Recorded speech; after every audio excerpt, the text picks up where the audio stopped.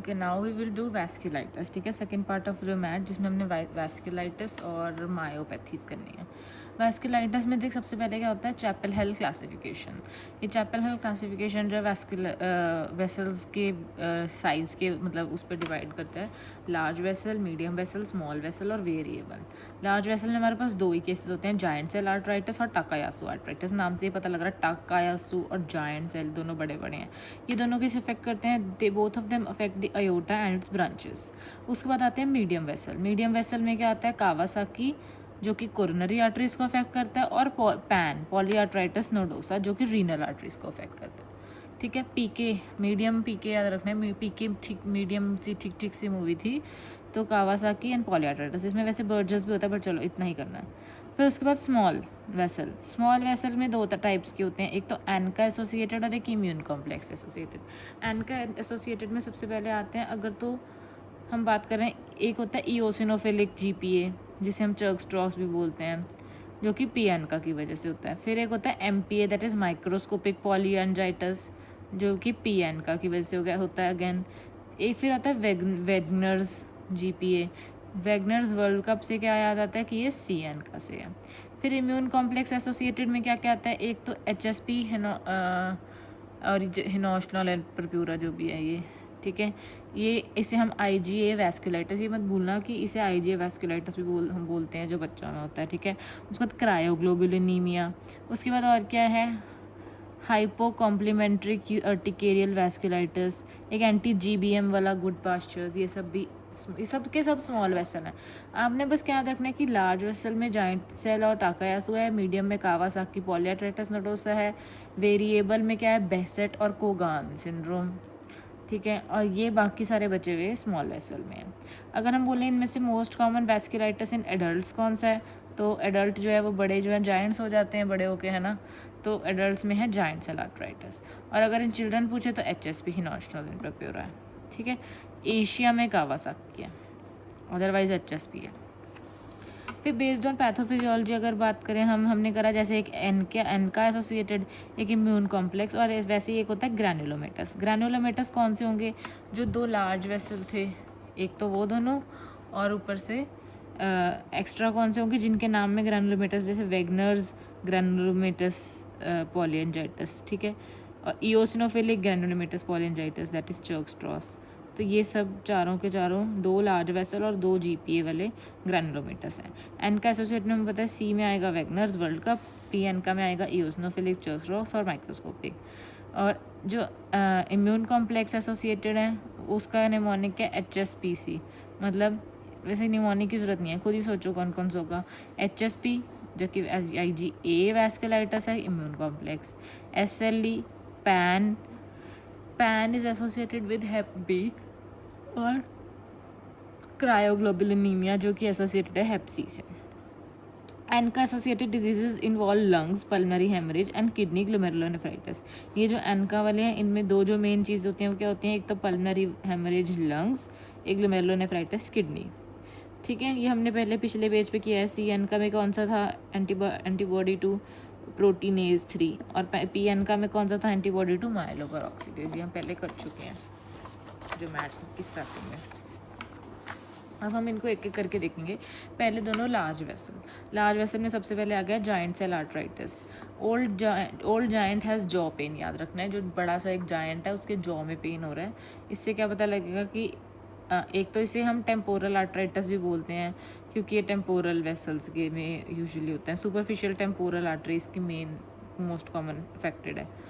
उसके बाद temporal arteritis बोल दिया, ये ग्रैनुलोमेटस है हमने देख लिया है, लार्ज वेसल है हमने देख लिया, और इसमें क्या है, type 4 hypersensitivity reaction.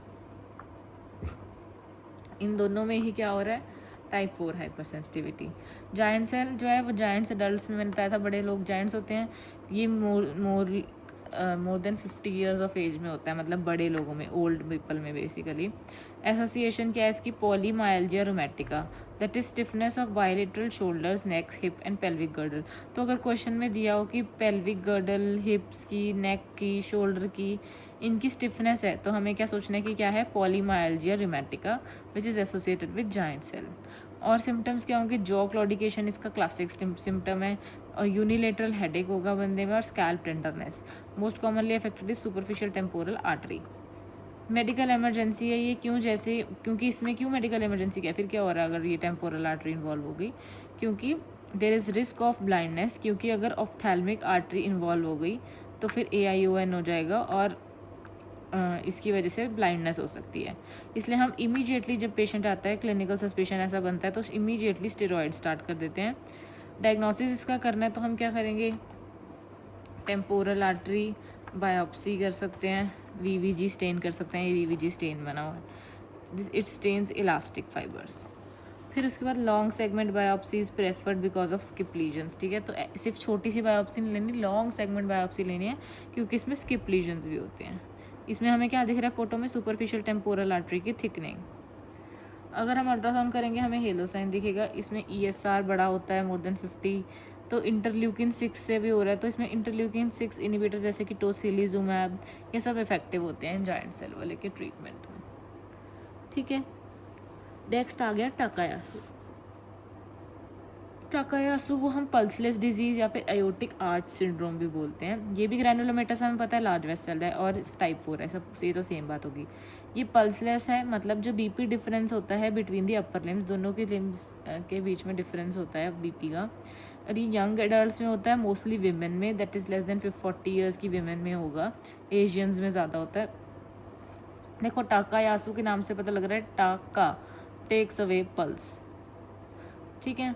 Affects aorta and its major branches. Most common कौन सी होगी, लेफ्ट सबक्लेवियन। मोस्ट कॉमन कौन सी इन्वॉल्व हो रही है, left subclavian. It is associated with renal artery stenosis and myocardial infarction. Diagnosis is usually made on imaging, ठीक है, imaging करके हमें दिखेगा। अब क्योंकि ये एसोसिएटेड है रीनल आर्टरी स्टेनोसिस से, मायोकार्डियल इन्फार्क्शन से, पेशेंट हाइपरटेंशन के साथ भी प्रेजेंट कर सकता है, ठीक है। ये देखो DS से क्या है, इन्होंने दिखाया कि लेफ्ट सबक्लेवियन आर्टरी की इन्वॉल्वमेंट हो रखी है। इसके लिए एक हमारे पास क्लासिफिकेशन होती है, मॉडिफाइड शर्माज क्लासिफिकेशन, ठीक है, विच किससे पता लगता है विच वेसल इज अफेक्टेड। ट्रीटमेंट में वही स्टेरॉइड्स और साइक्लोफॉस्फेमाइड जो मैंने बताया था कि मोस्टली हर एक चीज़ में यही है, एक्सेप्ट स्क्लेरोडर्मा जिसमें कैल्शियम चैनल ब्लॉकर्स हैं। ये हो गया लार्ज वेसल। नेक्स्ट है मीडियम वेसल। मीडियम वेसल में एक तो बर्जर्स भी होता है हमारे पास, पॉलीआर्टरस नोडोसा होता है, और दूसरा हमने क्या पढ़ा था मीडियम वेसल में, कावासाकी PK। अब तब इन्होंने बर्जर्स नहीं लिखा था, अब बर्जर्स मैंने तब बताया था आपको। तो बर्जर्स में एक तो होता है BER, ठीक है, एक होता है BUER। जो BU है वो ये वाला है, थ्रोम्बोएंजाइटिस ऑब्लिटरेंस जिसे बोलते हैं, वैस्कुलाइटिस वाला। जो BER वाला है ना, ये किस में होता है, IgA नेफ्राइटिस में।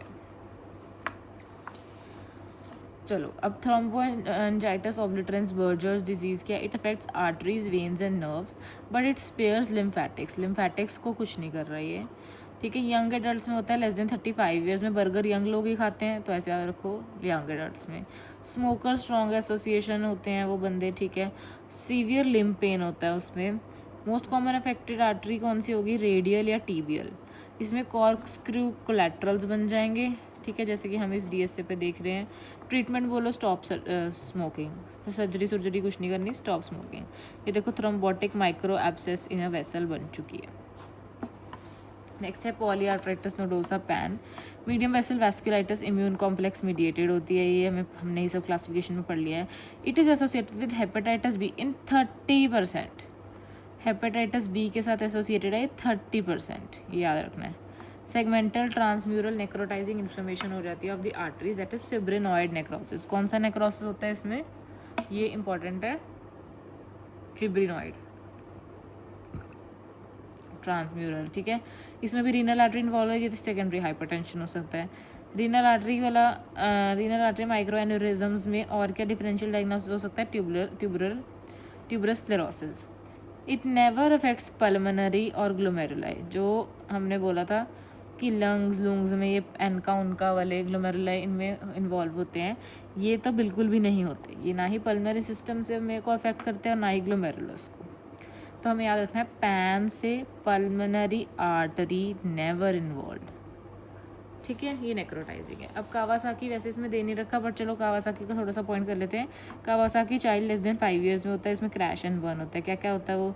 Conjunctivitis, rash, adenopathy, strawberry tongue, hand and feet की स्वेलिंग हो जाती है। बर्न क्यों लिखा? क्योंकि फीवर मोर होता है मोर देन 5 डेज का। Complication, very important question, Kawasaki में क्या कॉम्प्लिकेशन होती है? Coronary artery aneurysm. ट्रीटमेंट में IVIG और एस्पिरिन। ठीक है, देन नेक्स्ट आ गया हमारे पास स्मॉल वेसल। ठीक है, स्मॉल वेसल में सबसे पहले है Wagner's GPA। It is an का एसोसिएटेड, हमें पता है कौन सा, CN का, वर्ल्ड कप। ठीक है, ग्रैनुलोमेटस नेक्रोटाइजिंग वैस्कुलाइटिस है CN का। इसका ट्राइड क्या होता है? इसमें तो वो थोड़े इन्फेक्ट वो होते हैं नाक नूक वाले, जैसे upper respiratory tract infection plus lower respiratory tract infection plus glomerulonephritis. ठीक है, तो ये वाला ट्राइड याद रखना है वैगनर्स का। इसमें कैविटेटरी लंग लीजन्स भी होती हैं और क्रिसेंटिंग RPGN होता है जिसमें कोई ग्रैनुलोमास नहीं होते। ये देखो, सैडल नोज और cavitation with the lung. Saddle nose भी है इस बंदे को साइनोसाइटिस की वजह से। नेक्स्ट है eosinophilic GPA। It is also known as Churg Strauss syndrome. ये भी एन का एसोसिएटेड है, कौन सा? PN का। इसमें इओसिनोफिलिक है, क्या होगा? Asthma, asthma in eosinophilia. ठीक है, mononeuritis complex is associated with all small vessel. Mononeuritis complex तो ऑल स्मॉल वेसलाइटिस में होता ही है। फिर एक आता है माइक्रोस्कोपिक पॉलीएंजाइटिस, जो भी PN का से है। माइक्रोस्कोपिक में क्या होगा? नाम से पता लग रहा है। वैसे तो ये सारे पैन वाले फीचर्स होंगे इसमें, लेकिन इसमें क्योंकि माइक्रोस्कोपिक है तो इसमें ग्लोमेरुलोनेफ्राइटिस होगा with rapid progression to renal failure. इसमें हमने बोला था पैन में कि ग्लोमेरुलोनेफ्राइटिस नहीं होता, ग्लोमेरुला इन्वॉल्व नहीं होता। तो अगर ये सब कुछ दे रखा है पेपर में और साथ में ग्लोमेरुलस भी दे रखा है तो वो माइक्रोस्कोपिक पॉलीएंजाइटिस होगा। पल्मोनरी हीमोरेज जैसे इन्होंने बनाया ना यहाँ पे, तो इन्होंने पूछा है कि हीमोप्टिसिस और हीमेचूरिया अगर एक साथ हो रही हो तो उसके DD क्या होते हैं? एक तो गुड पास्चर सिंड्रोम में हो सकते हैं anti-GBM, वेगनर्स में हो सकते हैं। ठीक है, माइक्रोस्कोपिक पॉलीएंजाइटिस में हो सकते हैं ये, लेकिन हीमोप्टाइसिस और हीमेचूरिया इओसिनोफिलिक चर्क-स्ट्रॉस में नहीं होंगे, ये याद रखना। देन वेरिएबल वेसल क्या था? बेसेट्स। ठीक है, इसमें क्या होगा? वेरिएबल वेसल वैस्कुलाइटिस है, मीडियम स्मॉल लार्ज, किसी को भी अफेक्ट कर सकती है। It is also known as oculo oral genital syndrome. क्यों? क्योंकि यूवियाइटिस होता है इसमें। पेनफुल ओरल और जेनिटल अल्सर्स भी होते हैं, तो दोनों टाइप के अल्सर इसमें हो रहे हैं बेसेट में। ओरल अल्सर में क्या हो गए? पेनफुल रिकरेंट होते हैं, हील विदाउट स्कारिंग। ओरल वालों में तो स्कारिंग नहीं होती, पर जो जेनाइटल अल्सर्स होते हैं वो पेनफुल तो होते हैं और साथ में it heal with scarring. But इसमें इंपॉर्टेंट पॉइंट क्या याद रखना है? Glands is usually spared. Biopsy पे क्या दिखेगा? Neutrophilic vasculitis. ठीक है, ये जो ये है जेनिटल अल्सर्स किस में होंगे? मेल्स में मोस्टली स्क्रॉटम में, फीमेल्स में लेबिया में। इसमें एक पैथर्जी टेस्ट होता है, पैथर्जी टेस्ट पॉजिटिव। और बेसेट्स का HLA क्या है? बेसेट्स HLA B51 और associated with alpha enolase antibody. ये सब हम पहले फर्स्ट पेज पे भी कर चुके हैं। It is associated with neutrophilic dermatosis that is Sweet syndrome and erythema nodosum. It is also link with parvo virus. ठीक है, नेक्स्ट आ गया हमारे पास, थोड़ा सा ही रह गया अब, वैस्कुलाइटिस कंटिन्यूड, जिसमें क्या आएगा? IgA vasculitis, HSP Henoch Schonlein purpura. ये हमें पता है, नाम से पता लग रहा है IgA वैस्कुलाइटिस है, तो IgA mediated small vessel vasculitis है, जो सिर्फ और सिर्फ किस में होता है? ज़्यादातर चिल्ड्रन में। अब इसमें क्या है कि ये देखो परप्यूरा है, पैल्पेबल परप्यूरा, पर इसमें प्लेटलेट नॉर्मल होते हैं। ठीक है, ज़्यादातर ये परप्यूरा कहाँ होता है? लोअर लिम में, एक्सटेंसर सर्फेसिस पे वगैरह। तो इसमें क्या क्या होगा? एक होगा पैल्पेबल परप्यूरा, लोअर लिम प्रेडोमिनेंस होगी, जिसमें एब्डोमिनल पेन हो रही होगी ड्यू टू इंटरसेप्शन, क्योंकि बच्चे हैं। आर्थराल्जिया, आर्थराइटिस हो रहा होगा एक्यूट ऑनसेट का। रीनल इन्वॉल्वमेंट होगी, जैसे कि haematuria, proteinuria, IgA nephropathy like. Histo पे क्या दिखेगा? हिस्टोपैथोलॉजी पे leukocytoclastic vasculitis with IgA deposition. जो ल्यूकोक्लास्टिक वैस्कुलाइटिस है वो और किस किस में होती है? एक तो हमने पढ़ लिया HSP में हो रही है IgA वाली, एक बेसेट्स में होती है पर उसमें न्यूट्रोफिल्स बढ़ते हैं, और एक क्रायोग्लोबुलिनीमिया में होती है। तो ये सब में ल्यूकोक्लास्टिक वैस्कुलाइटिस हो सकता है। किडनी में क्या होगा? Mesangial proliferation glomerulonephritis with IgA deposits. ठीक है। Steroids used in severe abdominal pain and renal involvement, पर अगर जीआई ब्लड हो जाए फिर तो पक्का ही पक्का स्टेरॉइड यूज़ करते हैं, ठीक है ना। ये देखो इसमें आईजी नेफ्राइटिस है, एब्डोमिनल पेन हो रहा है, जॉइंट पेन हो रहा है और परप्यूरल रैश हो रहा है। Next is cryoglobulinaemia. Cryoglobulins are immunoglobulins that precipitate in cold less than 37 degree Celsius and dissolve upon rewarming, ठीक है। कोल्ड में प्रेसिपिटेट कर जाते हैं, रीवार्मिंग करने पर डिजॉल्व कर जाते हैं। It is associated with C से क्रायोग्लोबुलिनीमिया, सी से हेपेटाइटिस सी। हिस्टोपैथोलॉजी पे वही मैंने अभी बताए थे 3 DDs की ल्यूकोप्लास्टिक वैस्कुलाइटिस दिखेगा। इसमें भी अब टाइप्स हैं, टाइप 1, टाइप 2, टाइप 3। टाइप 1 इसमें लीस्ट कॉमन है। क्या होगा टाइप 1 में? Monoclonal IgM antibody. Type 2 65% mixed है, टाइप 3 भी मिक्सड है। अब टाइप 2 क्योंकि फर्स्ट में क्या है, M से मोनोक्लोनल, M से IgM। सेकेंड में क्या हो जाएगा, IgM मोनोक्लोनल तो है ही है, RF पॉजिटिव, साथ में पॉलीक्लोनल IgG भी आ गया। तीसरे में IgM IgG दोनों ही पॉलीक्लोनल है। एसोसिएशन क्या ये 1 वाले की लिम्फो प्रोलिफरेटिव डिसऑर्डर्स, 2 वाले की हेपेटाइटिस सी, 3 वाले की ऑटो इम्यून डिजीजेस, ठीक है। So hepatitis C, auto immune diseases. 1 वाले में कॉम्प्लीमेंट नॉर्मल होगा, टाइप 2 और टाइप 3 में C4 लेवल्स कम होते हैं। टाइप 1 में रिनॉड्स, लिविडो रेटिकुलरिस, हाइपर विस्कोसिटी होती है, ठीक है। टाइप 2 और टाइप 3 दोनों क्योंकि मिक्सड हैं तो फीचर्स भी सेम ही आएंगे, जैसे C4 कॉम्प्लीमेंट लेवल्स कम हुए हैं। मेल्ट्जर ट्रायड होगा, purpura, arthralgia, weakness, MPGN, lung, liver. ये थोड़ा सा वो बेकार सा है, बस इससे ना नज़र मार लो किस टाइप क्या दे रखा है, यही है मेन। नेक्स्ट आ गई मायोपैथीज, अप्रोच टू मायोपैथीज, ठीक है। इसमें क्या क्या है, मायोपैथीज किस किस टाइप की है देखो। एक है पॉलीमायाल्जिया रूमेटिका, जो हमने किस में देखी थी, पॉलीमायाल्जिया रूमेटिका जायंट सेल वाले में देखी थी ना, आई थिंक। ये देखो जायंट सेल वाले में है।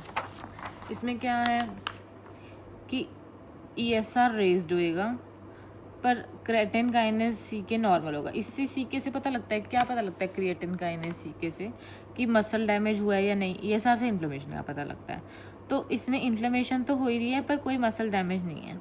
इसमें क्या क्या था, वही जायंट सेल वाले में, जायंट सेल उससे आर्थराइटिस से एसोसिएटेड है। ये शोल्डर हिप पेन है, मॉर्निंग स्टिफनेस है, ओल्ड एज बंदा है, एज मोर देन 50। फिर इन्फ्लेमेटरी के नाम से पता लग रहा है कि इन्फ्लेमेशन है, ठीक है। और मायोपैथी है, इन्फ्लेमेटरी मायोपैथी है, तो फिर इसमें ये भी रेज्ड होगा, क्रिएटिन काइनेज भी। प्रॉक्सिमल वीकनेस और प्रॉक्सिमल पेन और वीकनेस होगा, दोनों रेज्ड है ना। इसमें हमने मेन यही पढ़ना है, इन्फ्लेमेटरी मायोपैथी, जिसको हम आगे करेंगे एक डर्मेटोमायोसाइटिस, पॉलीमायोसाइटिस और इंक्लूजन बॉडी मायोसाइटिस में। नेक्स्ट आ गया स्टेरॉयड मायोपैथी। स्टेरॉयड मायोपैथी में क्या होगा, ESR और क्रिएटिन काइनेज नॉर्मल होगा, ठीक है। प्रॉक्सिमल वीकनेस होगी और कोई पेन नहीं होगी। इसमें से वीकनेस है, देख स्टेरॉयड की वजह से हुआ था ये। इसमें ESR में भी कोई दिक्कत नहीं आई, क्रिएटिन काइनेज में भी कोई दिक्कत नहीं आई, और वीकनेस भी बस पेन नहीं है, वीकनेस ही है प्रॉक्सिमल सी। देन स्टैटिन इंड्यूस्ड है, अगेन इसमें ESR नॉर्मल है, पर स्टैटिन इंड्यूस्ड मायोपैथी में क्या होगा, CK भी बढ़ जाएगा, पेन होगा, कोई वीकनेस नहीं होगी। इसमें उल्टा है, कोई वीकनेस नहीं है, सीधा पेन ही कर रहा है स्टैटिन तो, क्योंकि पेन क्यों होगा, क्योंकि क्रिएटिन काइनेज बढ़ रहा है, ठीक है। हाइपोथायराइड मायोपैथी में क्या हो रहा है, अगेन ESR नॉर्मल है, CK बढ़ रहा है, प्रॉक्सिमल पेन भी है, वीकनेस और डिलेड रिफ्लेक्सेस है। इसमें एक नया पॉइंट, इन्फ्लेमेटरी मायोपैथीज। अब इन्फ्लेमेटरी मायोपैथीज में एक तो था प्रॉक्सिमल वीकनेस वाले और यंग पेशेंट्स वाले, और एक है जिसमें प्रॉक्सिमल और डिस्टल वीकनेस दोनों होती है, और वो एल्डरली पेशेंट्स में होता है। ये कौन सा है जिसमें प्रॉक्सिमल और डिस्टल वीकनेस दोनों होती है और एल्डरली में हो रहा है, इंक्लूजन बॉडी मायोसाइटिस है। इसमें देखो ये क्या हो रहे हैं, रिम्ड वैक्यूल्स दिखते हैं, ठीक है। अब प्रॉक्सिमल वीकनेस और यंग पेशेंट्स वाले में एक तो है DM बोलना था, डर्मेटोमायोसाइटिस और पॉलीमायोसाइटिस। डर्मेटोमायोसाइटिस में क्या होता है, नाम से पता लग रहा है डर्मा, कैरेक्टरिस्टिक रैश होगा along with muscle weakness, proximal oesophageal weakness होगी, डिस्टल वीकनेस डिस्टल वीकनेस किस में होती थी, ईसोफेजियल वाली क्रेस्ट में, ये है ना क्रेस्ट का, इसमें प्रॉक्सिमल ईसोफेजियल वीकनेस होगी, याद रखना, ठीक है, DM में। It can be paraneoplastic with adenocarcinomas, perifascicular atrophy भी हो सकती है। तो ये वाले पॉइंट्स याद रखने हैं, proximal oesophageal weakness, paraneoplastic with adenocarcinoma perifascicular atrophy. और क्योंकि ये डर्मा से रिलेटेड है, क्या क्या चीज़ें हो सकती है इसमें, हीलियोट्रोप रैश, आईलिड के पास रैश हो सकता है, याद ये आया था क्वेश्चन, मतलब मैंने एक क्वेश्चन किया था उसमें आया था ये। देन गुट्रॉन्स पेप्यूल्स हॉलमार्क, ये देखो यहाँ पे नक्कल्स पे गुट्रॉन्स पेप्यूल्स। नेल फोल्ड टेलेंजेक्टेजिया हो सकता है। शॉल साइन हो सकता है, देखो शॉल ले रखा है बंदे ने ऐसे लग रहा है। और सेम चीज़ अगर थाई पे हो तो हॉलस्टर साइन। तो ये सारे डर्मेटोमायोसाइटिस के साइन। और इसमें कैसी अपीयरेंस आती है, पेरीफेसिकुलर एट्रोफी दिखती है, ये देखो यहाँ मैंने बोला था ना अभी, वही चीज़ हम इसमें भी देखते हैं। देन पॉलीमायोसाइटिस में क्या होता है, ओनली मसल वीकनेस, कोई रैश नहीं है, ईजी हो गया क्वेश्चन।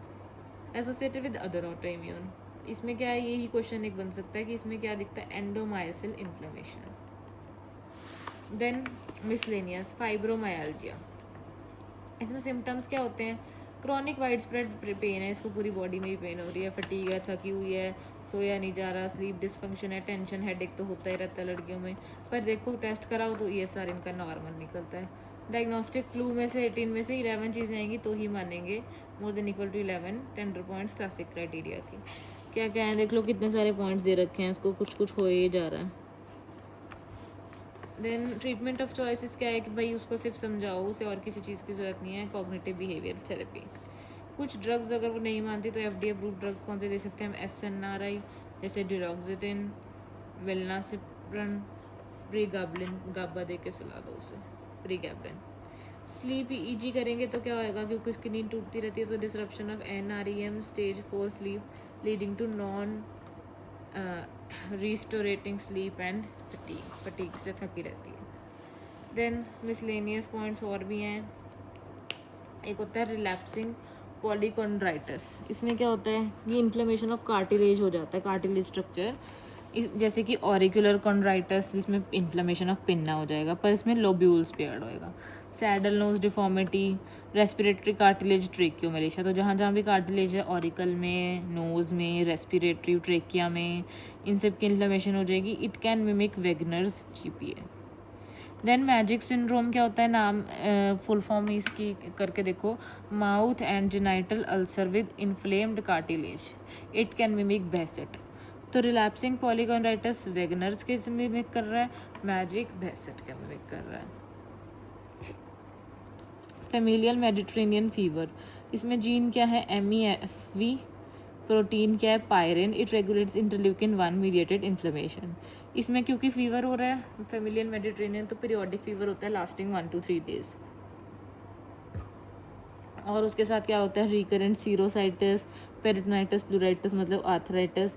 मेजर कॉम्प्लिकेशन इसकी क्या है कि AA अमाइलॉइडोसिस हो सकता है।